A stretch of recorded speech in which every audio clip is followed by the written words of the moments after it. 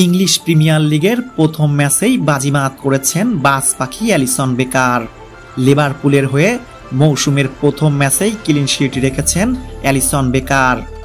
অন্যদিকে ম্যানচেস্টার সিটির হয়ে প্রথম ম্যাচেই দুর্দান্ত পারফরম্যান্স করেছেন এডারসন মোরেস। ক্লিন শিট দিয়েই মৌসুম শুরু করেছেন এডারসন মোরেস। বলতে গেলে প্রতি মৌসুমেই অ্যালিসন বেকার এবং এডারসনের ভেতর গোল্ডেন গ্লাভস নিয়ে কাড়াকাড়ি চলে।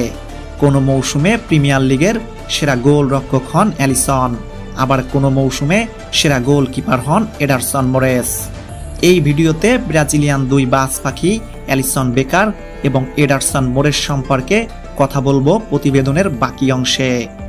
ডিয়ার ব্রাজিল ফুটবল ফ্যান্স, লিভারপুলের হয়ে বেশ কয়েক বছর নজর কাড়া পারফরম্যান্স করছেন অ্যালিসন বেকার।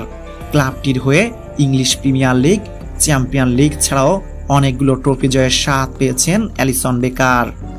ব্রাজিল জাতীয় টিমেও লম্বা সময় সার্ভিস দিচ্ছেন অ্যালিসন বেকার। ইতিমধ্যে ব্রাজিল টিমের হয়ে 2টি বিশ্বকাপ খেলে ফেলেছেন অ্যালিসন। ব্রাজিল টিমের হয়ে জিতেছেন 1টি কোপা আমেরিকা ট্রফি।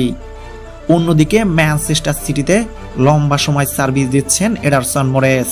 ক্লাবের হয়ে champion league, premier league trophy ছাড়াও অনেকগুলো শিরোপা জয়ের স্বাদ পেয়েছেন। অ্যালিসনকে টপকে ব্রাজিল জাতীয় টিমে তেমন একটা সুযোগ পান না এডারসন। তবে 2021 কোপা আমেরিকায় সুযোগ পেয়েছিলেন এডারসন, কিন্তু সেখানে ফাইনালে হেরে যায় টিম ব্রাজিল। অ্যালিসন বেকার এবং এডারসন মোরেস দুই তারকাই বর্তমান বিশ্বের অন্যতম সেরা গোলকিপার।